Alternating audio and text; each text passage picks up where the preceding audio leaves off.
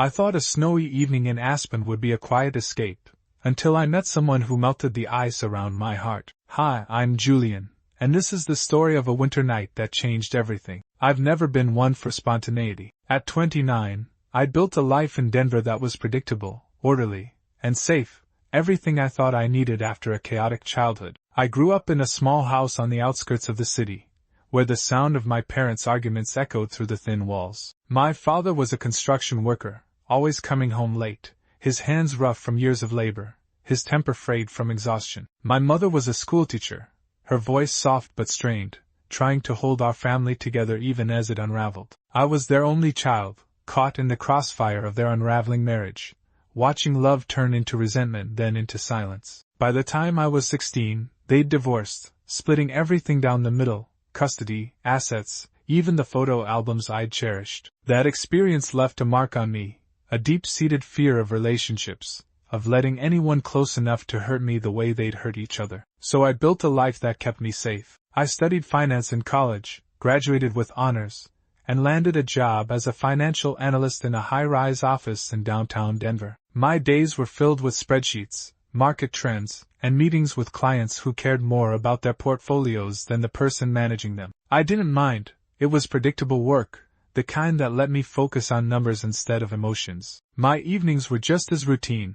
I'd order takeout, usually Thai or pizza, pour myself a glass of red wine, and settle onto my minimalist gray couch to watch documentaries or the latest crime series on Netflix. My apartment was a reflection of my life. Clean lines, neutral colors, nothing out of place, nothing that could stir up chaos. I liked it that way, or at least I told myself I did. But late at night, when the city lights glowed through my window and the silence pressed in, I'd feel an ache I couldn't name, a longing for something more, something I was too afraid to reach for. That's why, when a last-minute work conference in Aspen came up, I saw it as a chance to escape, even if just for a weekend. I needed a break from the monotony, from the quiet loneliness that had started to feel heavier than I could bear. I packed a small suitcase, threw in my laptop, and drove up to the snowy mountain town, the roads winding through pine forests dusted with fresh powder. The drive was peaceful, the kind that lets your mind wander, and as I watched the landscape shift from urban sprawl to rugged wilderness,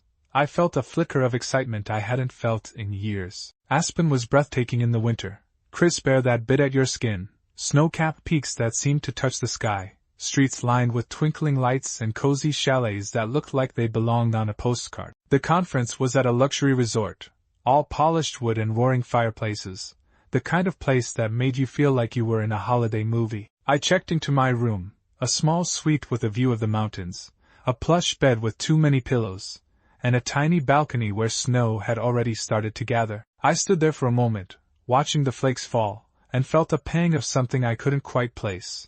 Maybe nostalgia, maybe hope, but I pushed it aside. I wasn't here for feelings. I was here for work. The first day of the conference went as expected.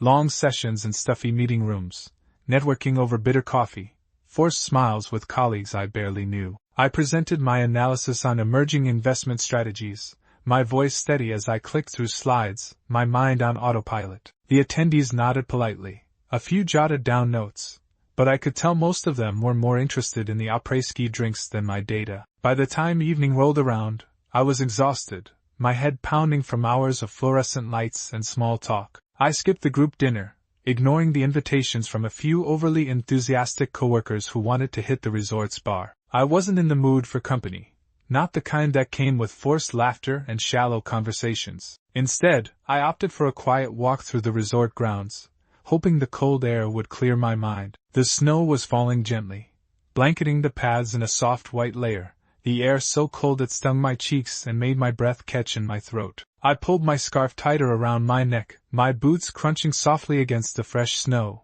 and headed toward a small courtyard I'd noticed earlier, a secluded spot with a wooden bench and a view of the mountains. The courtyard was tucked away behind a row of pine trees, their branches heavy with snow, and as I stepped into the clearing, I felt a sense of calm wash over me, the kind I hadn't felt in months. The mountains loomed in the distance, their peaks glowing faintly under the moonlight, and for a moment, I let myself just stand there, breathing in the crisp air, letting the silence settle into my bones. That's where I saw him. He was standing by the bench, a sketchbook in his gloved hands, his pencil moving quickly across the page. He looked about 27, with short black hair dusted with snowflakes, sharp cheekbones, and deep green eyes that caught the light from a nearby lantern, making them shimmer like emeralds. He wore a navy coat that hugged his frame, a red scarf loosely wrapped around his neck, and black boots that left faint prints in the snow. There was a quiet intensity about him, a focus that made him seem like he belonged in this snowy, magical place,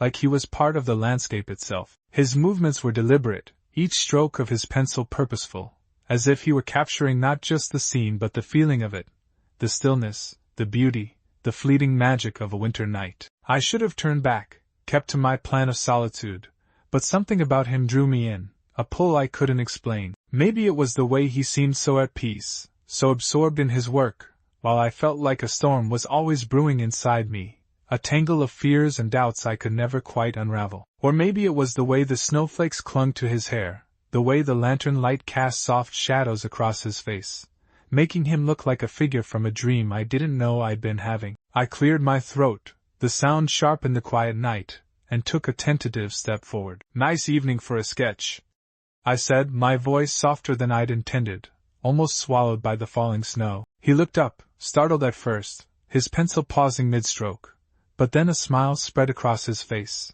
a small, warm smile that made my chest tighten in a way I wasn't prepared for. "It is," he said, his voice soft but clear, with a hint of a British accent that made his words sound almost musical. "The snow makes everything look timeless, doesn't it? I'm trying to capture that, though I'm not sure I'm doing it justice." He tilted his sketchbook toward me, revealing a delicate drawing of the courtyard, the bench, the pine trees, the mountains in the background, the snowflakes falling like tiny stars. The sketch was simple but striking, each line carefully placed, the scene infused with a quiet magic that mirrored the night around us. "It's beautiful," I said, meaning it, my eyes lingering on the page before meeting his. There was something in his gaze, a warmth, a curiosity, that made me feel seen in a way I hadn't in years. "I'm Julian, by the way," I added, my voice steadier now, though my heart was still racing from the unexpected connection I felt. "Elliot," he replied, tucking his pencil behind his ear, his smile widening just a fraction, revealing a dimple on his left cheek that made him look boyish despite his sharp features. "Are you here for the conference?" I nodded, shoving my hands into my coat pockets, suddenly hyper-aware of the cold biting at my fingertips. "Yeah, I needed a break from the crowd though. All those people, it's a lot. What about you? You don't seem like the corporate type." He laughed, a quiet, melodic sound that seemed to blend with the snowfall, light and effortless, like the tinkling of distant bells. "I'm not," he said, shaking his head, a few snowflakes falling from his hair. "I'm an artist, freelance illustrator mostly. I came to Aspen for inspiration, thought the mountains might spark something new. I've been traveling for a while, chasing ideas, trying to find beauty in the world to put on paper. I wasn't expecting to find such a perfect subject on my first night though." He gestured to the courtyard, but there was a playful glint in his green eyes that made me wonder if he meant something else entirely. If he meant me. I felt a flush creep up my neck, hidden thankfully by my scarf, and gestured to the bench, trying to ignore the way my pulse quickened. "Mind if I sit? I promise I won't interrupt your work." "Not at all," he said, scooting over to make room, his sketchbook resting on his lap as he patted the space beside him. "Though I might end up sketching you if you're not careful. You've got a thoughtful look about you, Julian. There's a story in your eyes, I can tell." His words caught me off guard, and I let out a nervous laugh, sitting down beside him, the bench cold beneath me, the wood creaking slightly under my weight. "I don't know about that," I said, my voice quieter now, my eyes fixed on the snow-covered ground, watching the way the flakes gathered in small drifts. "I'm not exactly the artistic type, more numbers and logic, I guess. That's my world, spreadsheets, projections, things I can control." "There's beauty in that too," he said, his tone earnest, his gaze steady on me, as if he were trying to see past the walls I'd built. "Logic can be a kind of art, finding patterns, making sense of chaos, creating order where there isn't any. It's not so different from what I do, just a different medium. I draw the world as I see it,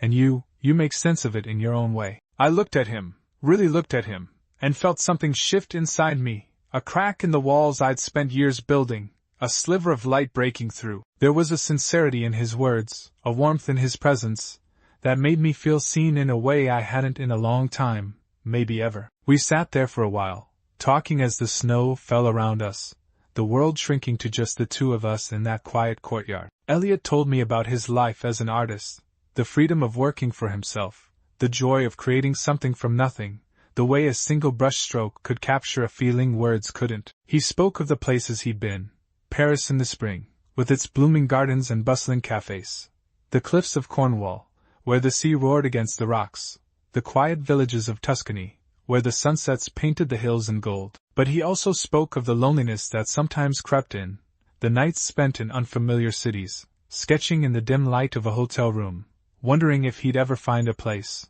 or a person, to call home. I listened, captivated by the way he spoke, the way his hands moved as he described each scene, as if he were painting the air between us. And slowly, I found myself opening up too. I told him about my life in Denver, the predictability I clung to, the fear of letting anyone get too close, the way I'd shut myself off after watching my parents' marriage fall apart. I told him about the nights I'd spent as a teenager, sitting on the roof of our house, staring at the stars, trying to block out the sound of their arguments below. I told him how I'd promised myself I'd never let love do to me what it had done to them, how I'd chosen safety over vulnerability, control over connection. "You're afraid of being hurt," he said, not as a question but as a statement, his voice gentle, his green eyes searching mine with a tenderness that made my throat tighten. "I get that. I've been hurt, too, not by love, but by life, by the uncertainty of it all. But you can't live behind walls forever, Julian. Sometimes you have to take a chance, even if it's messy, even if it scares you. Because the best things, the things that make life worth living, they're often the ones that scare us the most." His words hit me harder than I expected, stirring up emotions I'd buried deep, emotions I'd spent years pretending didn't exist. I thought about my parents, the way their love had turned to resentment, the way it had left me terrified of feeling too much, of losing myself in someone else. But sitting there with Elliot, the snow falling softly around us, the lantern casting a warm glow over his face, I felt a flicker of something I hadn't in years. Hope. Hope that maybe, just maybe, I could let someone in without losing myself in the process. Hope that maybe love didn't have to mean pain, that it could be something soft, something healing, like the snow that blanketed the ground around us. "Do you want to walk with me?" I asked, the words spilling out before I could second-guess them, my heart pounding in my chest so loudly I was sure he could hear it. "There's a trail nearby.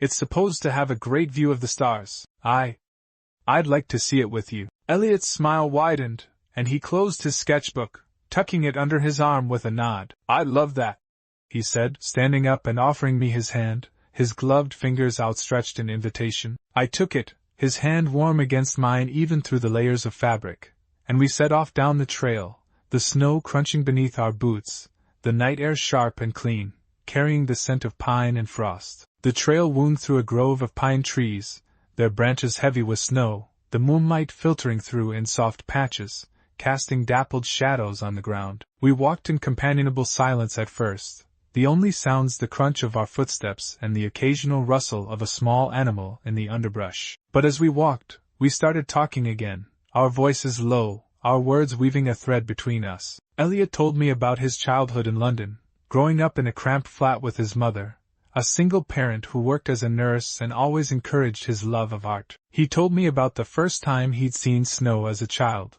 how he'd run outside in his pajamas, his mother laughing as she chased after him with a coat, the memory still vivid in his mind all these years later. I told him about my own childhood winters, the rare moments of peace when my parents weren't fighting, sledding down a hill near our house, my father pulling me on a toboggan, my mother waiting at the bottom with hot chocolate, her smile brighter than the sun on the snow. Those memories were few and far between, but they were the ones I held on to, the ones that reminded me there had been good times, too, before everything fell apart. We reached a clearing at the end of the trail, a wide expanse with a perfect view of the sky. The stars were brilliant, brighter than I'd ever seen them in the city, a glittering canopy that seemed to stretch into infinity. For a moment, we just stood there, side by side, our breath mingling in the cold air, the silence between us filled with a quiet understanding. I felt Elliot's hand brush against mine, a tentative touch that sent a shiver down my spine, not from the cold,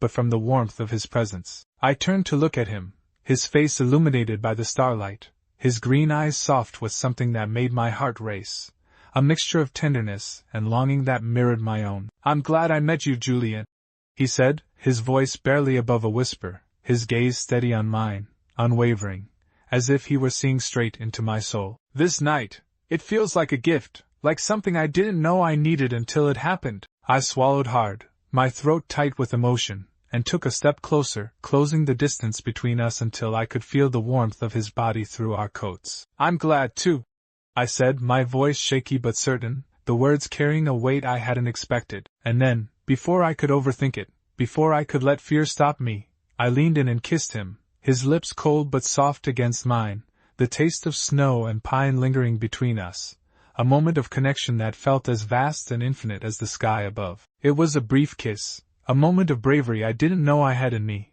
but it felt like the start of something, like the first crack of dawn after a long, dark night, a promise of light after years of shadow. When we pulled back, Elliot smiled, a real, unguarded smile that lit up his face, and squeezed my hand, his touch grounding me in a way I hadn't expected, anchoring me to this moment, to him. We spent the rest of the evening walking through the snowy trails, talking and laughing, the cold forgotten in the warmth of each other's company. We shared stories of our past, our dreams, our fears, each word drawing us closer, building a bridge between us that felt both fragile and strong. Elliot told me about his dream to one day have a gallery show, to share his art with the world, to create something that would outlast him. I told him about my secret wish to leave my corporate job someday, to do something that felt more meaningful, maybe teach financial literacy to kids from backgrounds like mine, to give them the tools I'd wished I'd had growing up. As the night drew to a close, the snow began to fall harder, the flakes larger now, swirling around us like a gentle storm. We made our way back to the resort, our shoulders brushing as we walked, the silence between us comfortable, filled with the unspoken promise of something new. When we finally parted ways at the edge of the courtyard, Elliot pulled out his sketchbook and tore out the drawing he'd been working on, the one of the courtyard, now with a small figure added in the corner.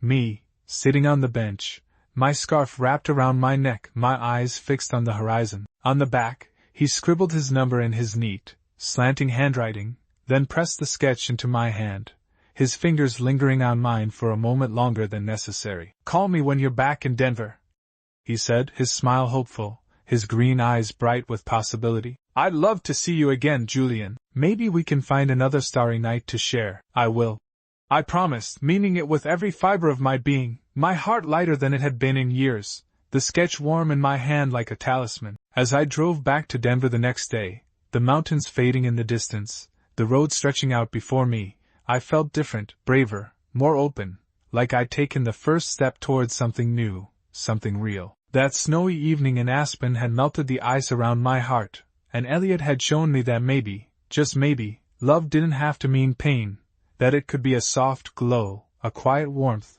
a chance worth taking. I didn't know what the future held, but for the first time in a long time, I was ready to find out. I glanced at the sketch on the passenger seat, Elliot's number scrawled on the back, and smiled to myself, a small, hopeful smile that felt like the beginning of something beautiful. And that's the story of how a snowy evening in Aspen changed everything. If you loved this emotional gay story, don't forget to like, share, and subscribe for more. Thanks for watching.